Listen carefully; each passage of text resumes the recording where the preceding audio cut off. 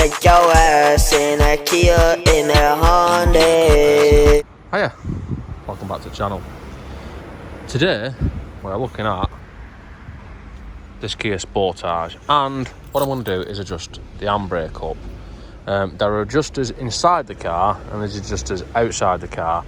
So first I need to get to the one inside the car, and the first thing I want to do is, I thought it was going to go back further than that, so that was really a waste of time. All I've done there is inconvenience the driver of the car, because now we'll have to adjust it again. But in here there is like a bit of carpet. Now my finger is too fat to access that carpet, but a spanner or a screwdriver conveniently placed should give you access to it. Now if we look down there, you can take this out, 2 bolts there, and this lifts out the way from what I'm led to believe, but we shouldn't need to take it out.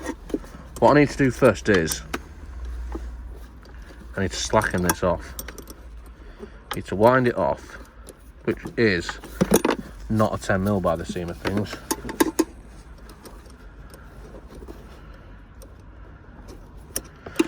So it appears that I've got the incorrect size spanner, which is a good start.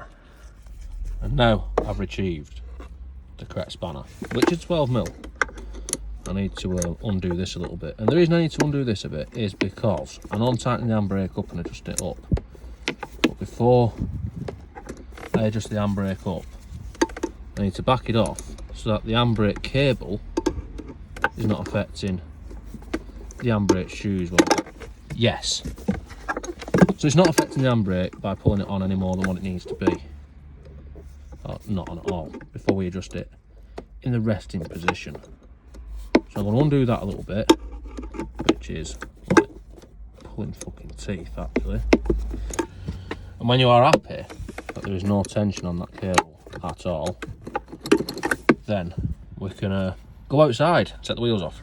And of course, before removing the wheel, we need to get the car off the floor, which, if we look under there is a part of the sill designed specifically to put a jack underneath.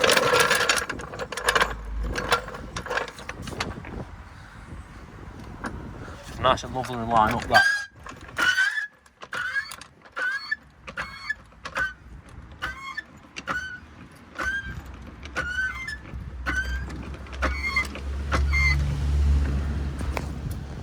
Yes. And now we need to take the shitter off. And you should never really use an impact gun on a locking nut or a locking bolt.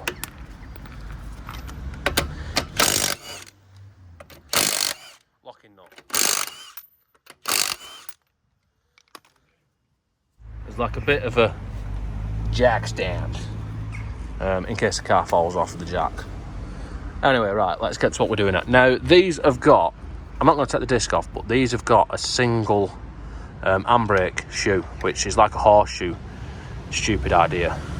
And we get to it to adjust it the same way as a normal shoe, the same way as the the same way as the BMW, in a very similar manner.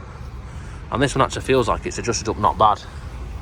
So, but that could just be the caliper itself binding against the disc a little bit. Yes. Right, so ideally, you do want to do this without the caliper on, because the caliper can cause like you to feel the binding of the pads rather than the shoes inside. Anyway, let's try and see what we're actually doing. Inside there, I don't know if you can see it, but there's a wheel. And we need to turn that wheel, so for which I'm going to use a screwdriver. Now, if I suspect that on this side, looking at which side it's on that side of the actual unit, and the adjuster comes out of it on a thread, so I need to wind it that way up the thread to adjust it up. If that doesn't make any sense, does it? But guess I need to turn it this way. I'm pretty sure I need to turn it this way until I've done it loads and I find out I'm going the wrong way. So I need to keep on doing this, and then you carry on going until it starts to touch. And then when it starts to touch, obviously it'll go tighter as you're trying to turn it, and then you need to back it off again, because you don't want it to be any tighter than it needs to be, because in not all situations tight is not always good. So now I need to turn this the other way until it goes loose again. usually about 3 clicks. And this side is now nice and happy. So I need to put this rubber johnny back in here, this rubber grommet, which stops dirt and debris getting inside the brake drum mechanism and fucking it up prematurely ejaculation. And it won't go in very easy, but I need to put that in. Yes, fucker. I need to put that back in there.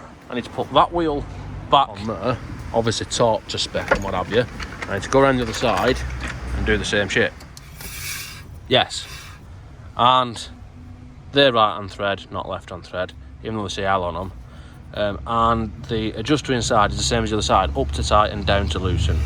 So let's put the wheel back on, and then let's get back inside to adjust the cable up, which is a very simple yet fiddly and awkward process of adjusting this nut up.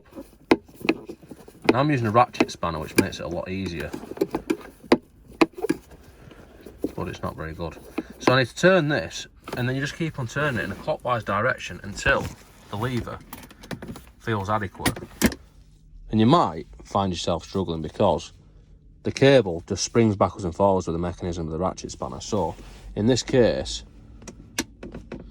if you pull the handbrake on a couple of clicks, the tension will hold the cable still enough so you can actually tighten it up, rather than just bouncing backwards and forwards. And then when you've got it, so that your handbrake does have, you know, a tiny bit of free play, but doesn't come up until it's like a full-blown erection, then you should be okay. And you can put your carpet back in there and all your other shit back in there. Not that spanner, because that doesn't live in there. There we go. And that is pretty much it for this one. I will actually explain why it is so important to adjust the handbrake in the shoes, as well as just basically not just adjusting the cable. And this is